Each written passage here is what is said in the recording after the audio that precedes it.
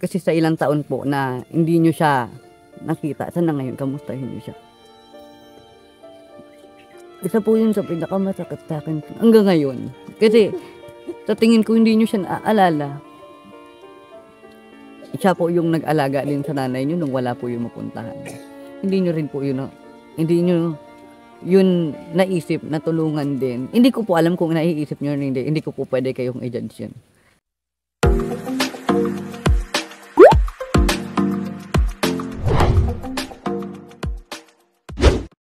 Isang mapagpalang araw mga kalingap, mga kababayan, ngayon ay araw ng linggo. At nabalitaan ko po, nandito si Fiona. Yan, sa bahay nila na yan.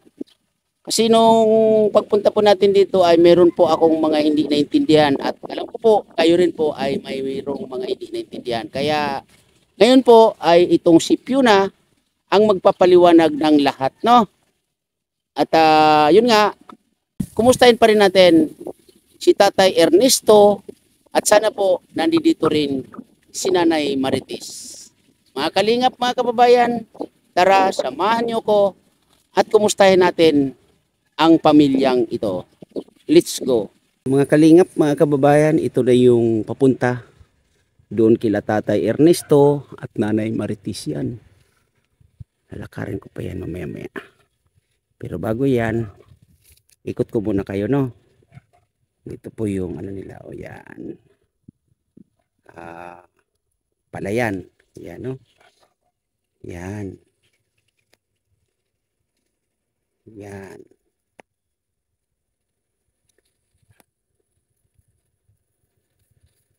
Ito yung tatahakin. Yan. Yan, palayan yan.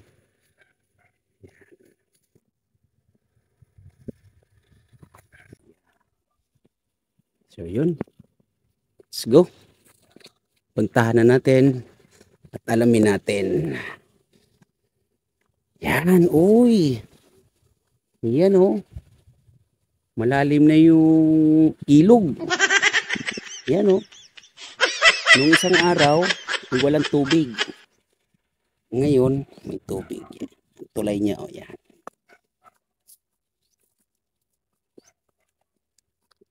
Yan.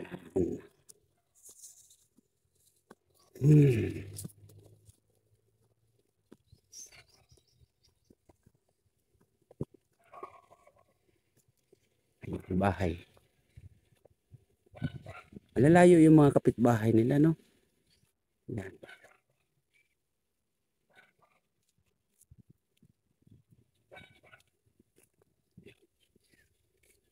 Paligid. Yan.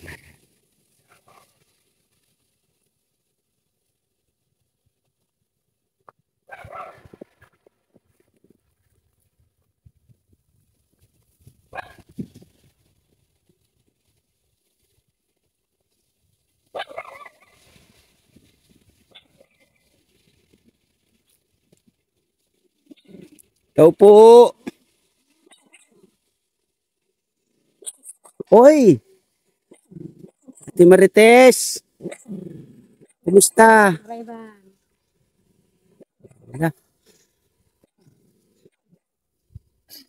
Bakit nung nakaraang araw wala ka dito? Saan ka na naman? Ate Marites ka? Hindi po. Okay.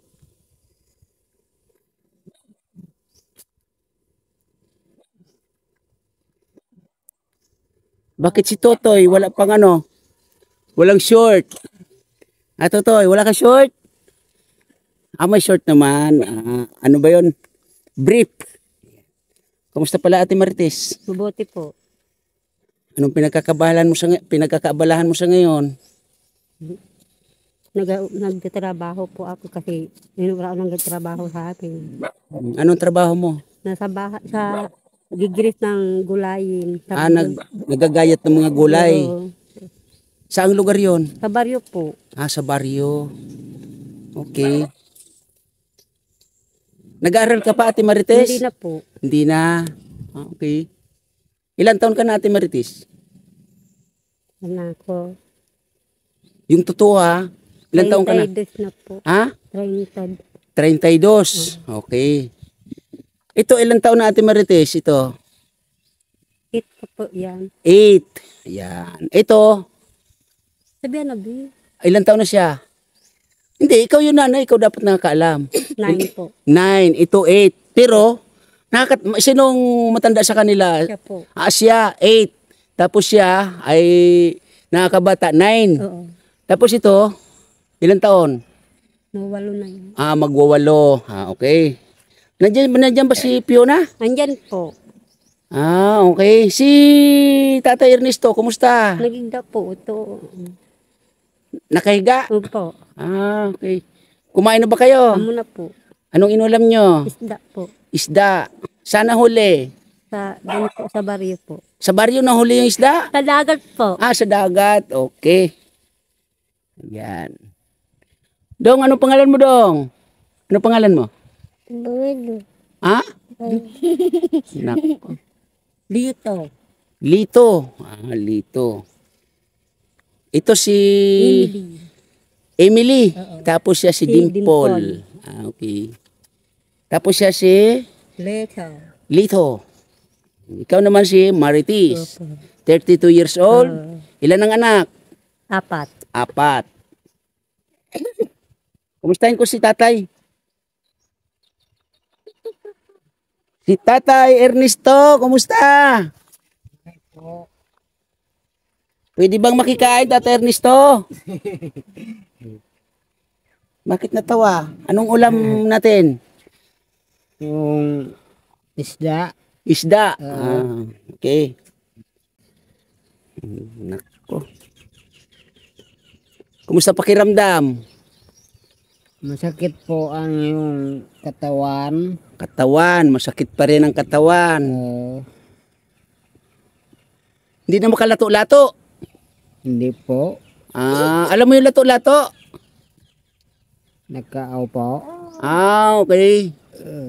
Hindi nakakaupo. Hindi nagkaupo. Hindi na makalato-lato. Hmm. Yan ang mahirap. Paano na lang pag nagagalit? Ay kika na siya na po ni Upo na lang. upo na Higa na lang. Hindi nga makaupo eh. Hindi, joke lang, Tatay Ernesto, no? Nandito pala si Ate Fiona, dumating. Okay.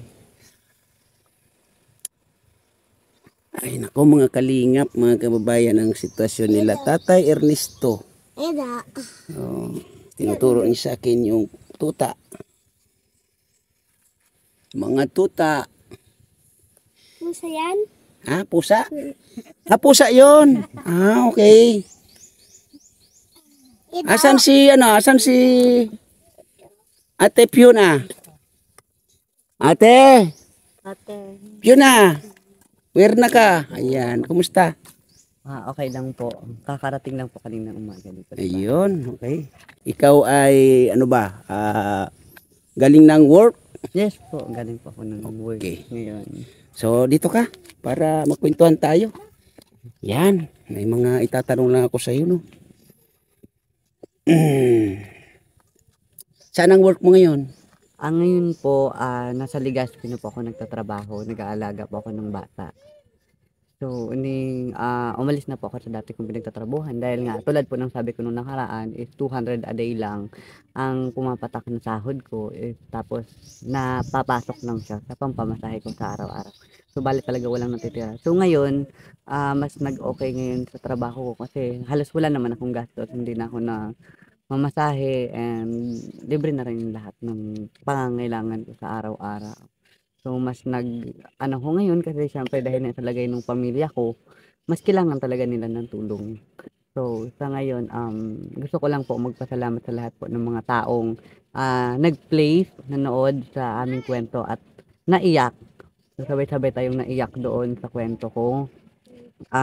Pare-parehas din naman tayo pag abot sa pamilya, talagang mapapaiyak. Kasi nga, magiging mahina talaga yung loob natin kapag nakikita natin nahihirapan yung bawat pamilyang nasa natin. nasa yung makikita natin yung kalagayan nila, yung gano'n. Dati rin po ako, hindi ko rin na-expect na magiging gano'n yung situation na mapapatok ako sa ganitong klaseng kwento. Kasi dati nanonood lang ako, napapaiyak din ako. Then, ngayon, reality na mangyari ito. So, sa lahat po ng syempre, yung kumbaga noon, hindi ko po halos lahat nalahad. Pero sa ngayon, may lalahad din po natin yung ibang kwento na inyong matutunghayan po sa araw na ito. So, Ate Fiona, nung nakaraang araw kasi, napasyal ako dito. At yun nga, ay natiran ko ng kunting dagdag sa pansaing itong sila papa at mama mo. Pero ang ano lang, hindi ko dinatnan si mama mo, no? At ang dinatnan ko nga dito ay yung itong mga kapatid mo.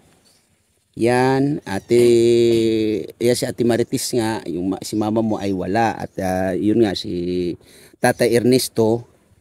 Ngayon, habang nagkukwentuhan kami, lalo na ng mga bata, no, meron akong mga hindi naintindihan, ano, at siguro yung ating mga viewers ay may mga hindi rin naintindihan, no. Ang ano ko dito, ikaw yung maglilinaw lahat, no. Kaya nung nabalitaan ko, ngayon ngang araw ay nandito ka, dumating ka raw, ay kinuha ko o minarapat ko na balikan kayo or kausapin ka na kahit wala akong dalang kung anuman, ano, para sa paglilinaw lang at may mga konting katanungan ako, no. Itong si mama mo,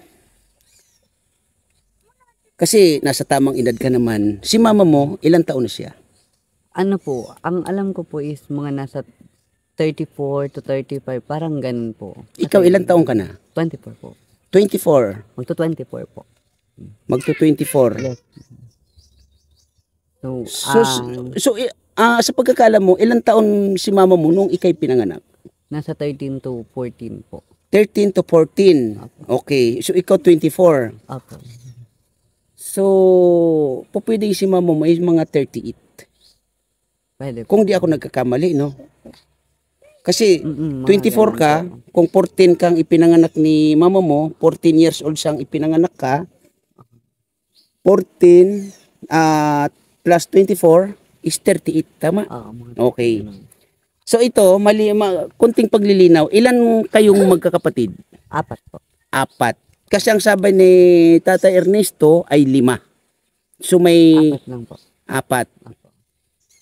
Bali, 2 babae po at saka may isa pa po akong kapatid na maliit pong Yung lalaki. Pang-4 po. Okay. So 4. Pero sa pagkakaalala mo, ay no. Matanong ko lang, ikaw ba ay lumaki talaga sa piling ng mama mo? Ano na po, lumaki po ako dati, sa kanila ako nakatira. Mga nasa elementary ako, grade 1 to grade 3. Then lumipat po ako sa lolo ko. Doon na po ako talagang lumaki na. Okay. So hindi mo sila nakapiling ng talagang as in matagal na panahon? Hindi na po, na matagal. Hindi na. Okay. So wala ka bang naalala na mayroong nalaglag na ano si mama mo nung araw? Wala naman po. Kasi yun ang kwento ni Tatay Ernesto. Mayroon daw nalaglag. Ano daw. Basta ganun yung Hindi kwento ko na niya. po siya masyadong alam kasi siguro bata pa ako nung time na yun. Tapos, hindi naman ako madalas dito sa kanila. Kasi nga may tinitirhan din po ako. Bale doon po sa papa ni mama. Doon po ako Okay. nakatira. Doon ako nakatira.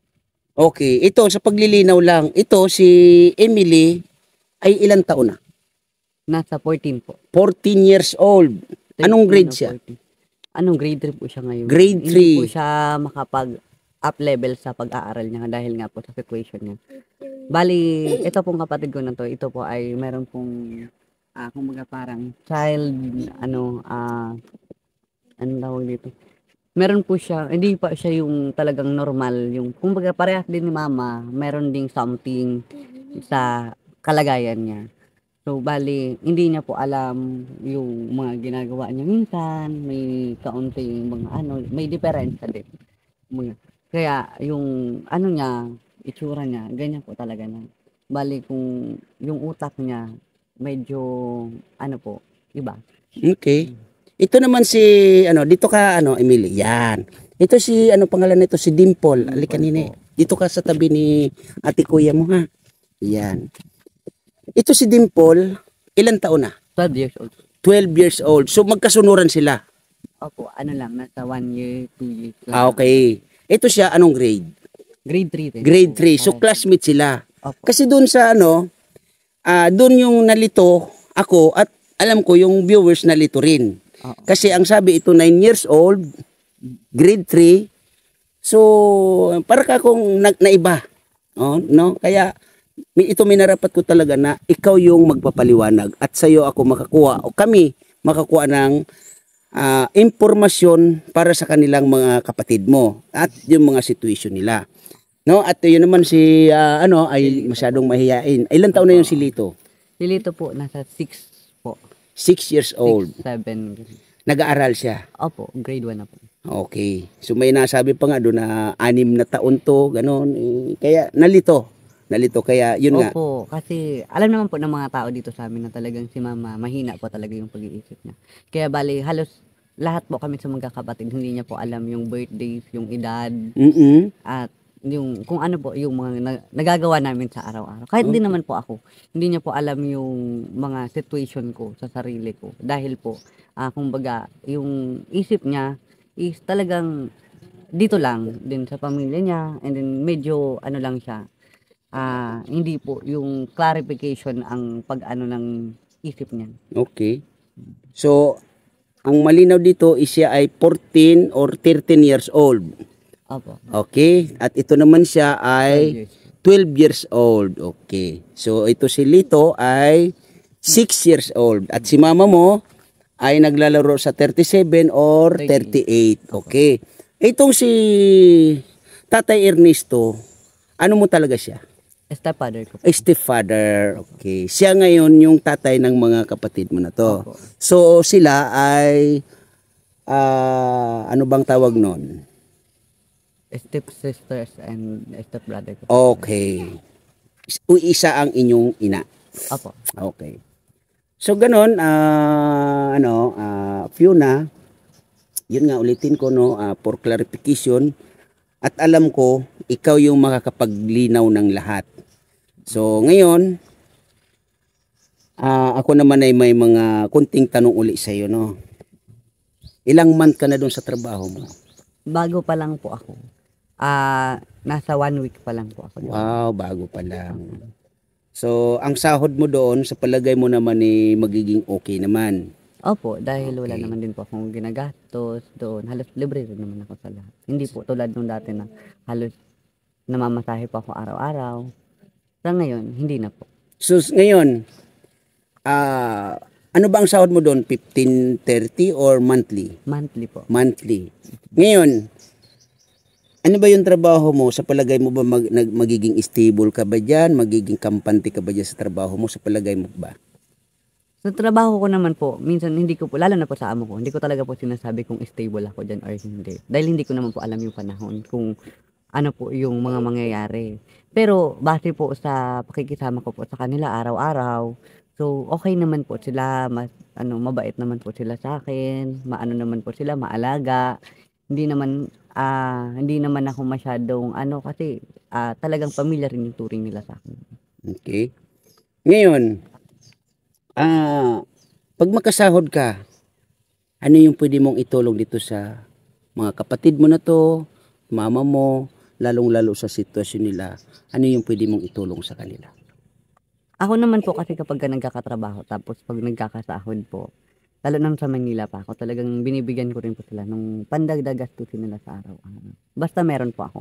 Hindi naman po ako sa kanila nagkakaila. Once po na manghingi sa akin si mama, binibigyan ko din naman po yan. Kahit kakaunting tulong lang na kaya ko po maingaabot. Very good. Very good. Kasi ikaw yung panganay, ikaw yung nasa tamang, yun nga, ikaw na mismo may sabi na itong ibang kapatid mo ay may kunting sa kanilang mga pag-isip ngayon. Kung ikaw yung nasa tamang sitwasyon, lahat na ay halos alam mo, naintindihan mo, naunawaan mo, so ikaw yung aasahan nila. Opo. Diba? At sana, wag ka munang magpapaasawa or mag-aasawa. Okay? Wala po yun sa isip ko Okay. ngayon. Focus ka muna sa work mo, then yun nga, sana itong mga kapatid mo ay mapag-aral Apo. ng kahit na makatapos sila ng high school, di ba? Mm. Tiyaga-tiyaga lang, lalong-lalo na ito si Emily, no? Yun po yung pinaka gusto ko po sa kanilang mangyari dahil ayoko naman na po maranasan nila yung mga naranasan ko din dati. Yung hirap na dinanas ko, yung halos pumapasok ako sa school na yung tsinelas ko butas, which is ngayon po nangyayari din yun sa kanila. Isa po yun sa pinaka nanghihina at sa loob ko na yung mga naranasan ko na pagdadaanan po nila ngayon. So, yung pumapasok ako halos yung notebook ko isa lang, yung mga nakaraang taon ko pa yun, pinagtahi-tahi ko lang yun para lang may magamit ako sa araw-araw. May masusulatan, ganun. So, ang sabi yun sa mga naranasan ko. At sabi ko nga sa sarili ko noon pa man, sabi ko sana hindi na rin nila maranasan pa. Yung, kumbaga kung ano yung hirap na dinanas ko noon, sana hindi na mas higit pa sa kanila. Pero sa situation namin ngayon, nakikita ko yung sarili ko sa kanila na kung noon ano lang ako, mas higit pa yung dinadanas nila sa ngayon, yung hirap. Kasi kung noon mahirap na kami, mas lalo pa ngayon. Kasi sabi ko, kaya nga halos ako din ako nakapagtapos ng pag-aaral. Dahil mas inuna ko na lang magtrabaho para mas matustusan ko rin yung sarili kong pamumuhay. Para hindi ko naasahan sa kanila. Hindi ko na iasa sa kanila yung mga pangangailangan ko. Hindi ko na iasa sa kanila yung pang-araw-araw kong pangkain din. Hindi ko na rin, kahit pa paano, makakatulog din ako. Kaya mas pinili ko na lang mas magtrabaho kumpara sa pag-aaral. Okay. Kasi sa ngayon, mas kailangan talaga natin maging mas diskarte. Yes. At ayun nga, ang hindi inaasahan na pangyayari dito sa iyong stepfather na si Tatay Ernesto ay kasalukuyan masasabi natin nakaratay, no? Oh, Pero- hindi na po siya nakakapaglakad. Ano yung naging, sa pagkakaalam mo, ano yung naging sitwasyon ng nangyaring aksidente sa kanya? May chance pa ba na gumaling? Ano ba ang ano? May chance pa naman po sigurong gumaling siya. Basta ma-exercise lang din po siguro yung paa niya. Pero sa ngayon po kasi sabi niya namamaga daw po yung paa niya. Talagang hirap na hirap talaga siya. Anuhin yung sarili niya dahil po yung sakit na dinadanas ng mga katawan niya, sa balakang niya, sa paa niya. Kaya talagang hindi niya kumbaga maibalan yung sarili niya. So ganoon na lang ang ano dito, Fiona. Ngayon mas lalong kailangan ka ng mga kapatid mo, no? Kasi diyan nga sa sitwasyon nito ni Tatay Ernesto ay hindi siya nakakatulong. At ayun nga, at itong si mama ninyo ay dumidiskarte. No? Dumidiskarte siya para maibsan ang kahirapan or gutom na nararanasan. Salamat Fiona sa kunting mga naano mo sa akin, naipaliwanag mo sa akin at napaintindi at napaunawa sa inyong mga viewers, no? At kausapin ko to si Dimple. Dimple, kumusta ba ang pagkain ninyo sa araw-araw? Okay ba ang kain ninyo sa araw-araw?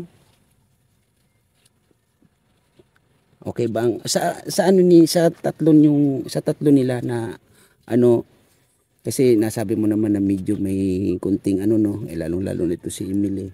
Sa palagay mo ito si Dimple? Ito po, sa kanilang tatlo po, ito lang po yung mas okay po yung niya, yung kumbaga yung Isip. utak niya hindi naman po masyadong yung isip niya hindi po siya yung nagiging parehas po ng ibang kapatid namin. So ano lang po siya, medyo hindi siya nakakapagsalita ng kasi kumbaga po syempre yung nasa paligid niya is halos iba-iba din yung utak na kaya kumbaga pati siya parang nakakahawaan, parang ganun. Opo, kumbaga ganun po. Pero maano po siya. Kumbaga, parehas ko din po siya. Maano din po siya. Siya lang po yung inaasahan din dito ni mama. Okay. Ngayong wala po ako, siya lang po yung nauutusan, nauutusan dito sa bahay, nakakatulong siya na mama sa mga gawain, sa pagbili-bili, bababa ng bundok, para lang pumunta doon sa at makapagbili sa tindahan. Siya lang po yung nauutusan sa lahat. Okay. So mag-aral kang maigi, Dimple, ha? Pagpatuloy mo yung pag-aaral mo nini, ha? Ano bang mga pagkain nyo dito? Okay ba yung pagkain ninyo dito? Okay man. Okay man. Okay. Tiis-tiis lang kasi yun nga si Papa ninyo ay ganyan yung sitwasyon, no? So, Fiona, maraming salamat at huwag kayong mag-alala. Ano ko lang po, before ko po i-end yung ano na to, video. Gusto ko lang po sana anuhin yung kapatid ni Papa. Kasi sa ilang taon po na hindi nyo siya nakita, sana ngayon kamustahin nyo siya. Isa po yun sa pinakamasakit sa akin hanggang ngayon. Kasi sa tingin ko hindi nyo siya naaalala. Siya po yung nag-alaga din sa nanay nyo nung wala po yung mapuntahan. Hindi nyo rin po yun, hindi nyo yun naisip na tulungan din. Hindi ko po alam kung naiisip nyo rin, hindi ko po pwede kayong i-judge yun. Pero sa ngayon, isa lang po yung pakiusap ko. Sana, papaano nga yung pinakapangalan ng kapatid mo?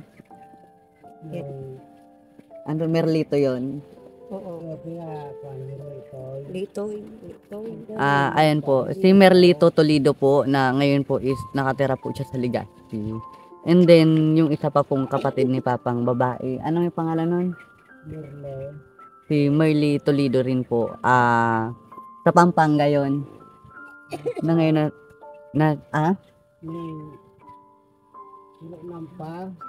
sa Pangasinan.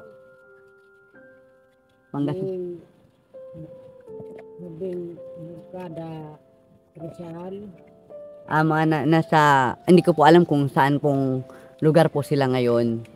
Kung sakaling makita nyo man po itong video na to, sana maawa din po kayo sa sitwasyon ng tatay. Tulungan nyo po siyang gumaling.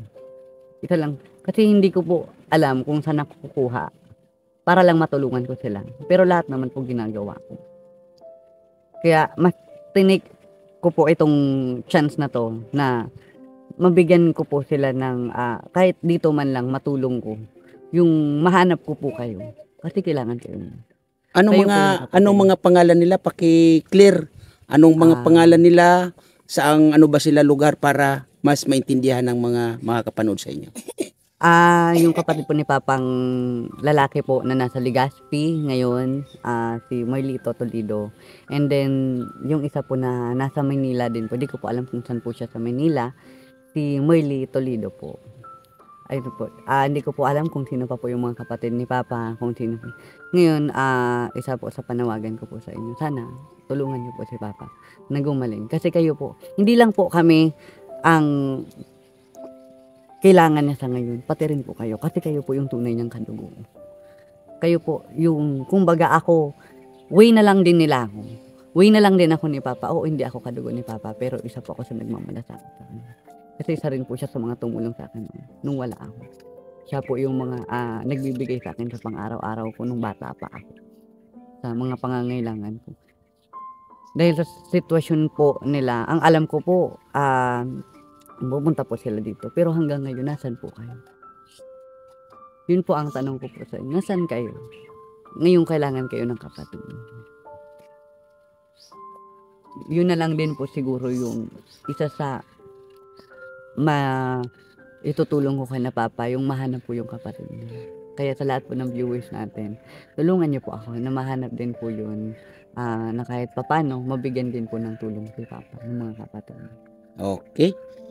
So yun mga kalingap, mga kababayan, ay nananawagan itong si Ate Fiona sa kapatid or mga kapatid ng kanyang stepfather kasi sinasabi niya, hindi niya kadugo pero ang laki ng pagmamalasakit niya kasi ang laki ng naitulong niya. Nasaan po ang mga kapatid ni Tatay Ernesto? Ito po ay papakita ko po sa inyo sa loob. Ayan si Nanay Marites. Hello Nanay. Hello. Yan.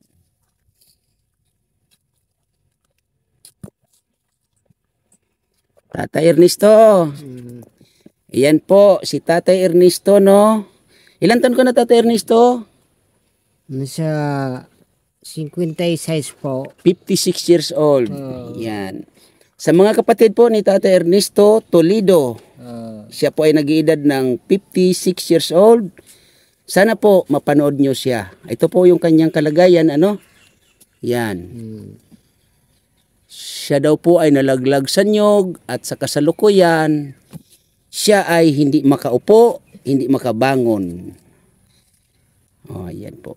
Sana po mapanood at matulungan at makita nyo rin ang katayuan, kalagayan ng inyo pong kapatid. So Tatay Ernesto, ano yung panawagan mo sa iyong mga kapatid, sa mga nakakilala sa iyo? Yung mga kapatid ko,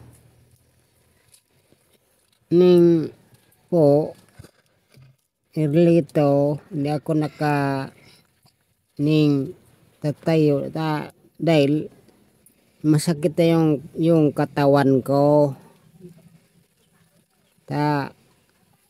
Na ulog ako sa nyog. Ilan ba kayo magkakapatid, tatay? Isa-isahin mo. Nasa 4 kami. 4. Okay. Marami pala. Na 3 na sanang buhay. 3 na lang kayong buhay. Oo. Okay. So, yun.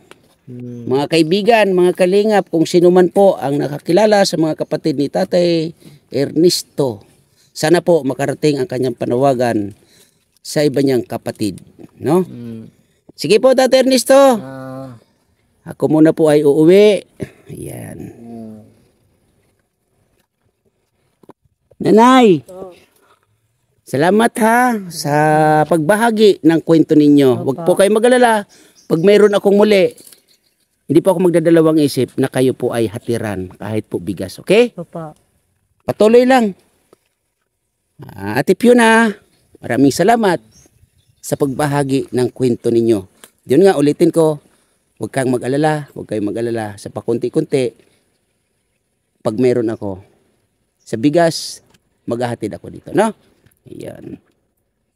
Yan, maraming salamat po. Unang-una, Kuya Bal Santos Matubang, Ate Ida Vlog, Kalingap Prab. At shout out sa lahat ng ambassador, no? Ambassador Kalingap Pusi, Ambassador J. Morillo Vlogs, Ambassadora Ria Ularte. At sa bagong ambassador, no? Joey the Great. At shout out sa lahat ng Deputy Kalingap Lydia, Deputy Mick Agnes. Maraming salamat po sa inyo, no? At maraming salamat sa mga nagsishare ng blessing sa ating YouTube channel. Ate Lorini Moto, Ate Irene DB, Miss Yay, Miss Bais Joy, Ma'am Lesit Liblang, Ma'am Saliler Sweet Charm, Ma'am Janet Sexy Galban Salazar, at sa mga nanonood sa ating mga upload videos, Ate Susan Arthur, Ate Inday PB, Ate Doldo Mondon, Ate Lily Hubilia, at sa lahat, maraming thank you po sa inyo, no? Maraming salamat din sa mga nanonood, sa lahat-lahat, ano? Sa mga dating kaibigan, mga bagong kaibigan, mga bagong subscribers natin, at sa mga bagong viewers natin. Maraming salamat po sa inyong lahat, mga kalingap, mga kababayan. Nagpapasalamat tayo sa KTV Angels, KTV Angels 100, at shout out Hinrid TV, Maria Cusinira, at maraming salamat din sa Kalahi Community, no? At shout out sa lahat, at lalong-lalo na Maestro 21 TV. Maraming salamat po sa inyong lahat, at sa mga OFW nating kababayan, lagi po kayo mag-iingat, no? Kung saan man po kayo naroroon. At maraming salamat sa lahat-lahat. Sa mga dumadaan sa aking premiere, sa mga nag-stay sa aking premiere, thank you po ng marami sa inyo. Maraming salamat. At sa mga dating nag-sponsor po sa atin, maraming salamat po sa inyong lahat. Hindi ko po kayo nakakalimutan lahat-lahat, ano. At hindi ko na po kayo maisa-isa. Basta ako po ay lubos na nagpapasalamat sa inyo ng marami. At lagi po tayo mag-iingat. God bless po sa lahat. And bye-bye. Thank you po ng marami.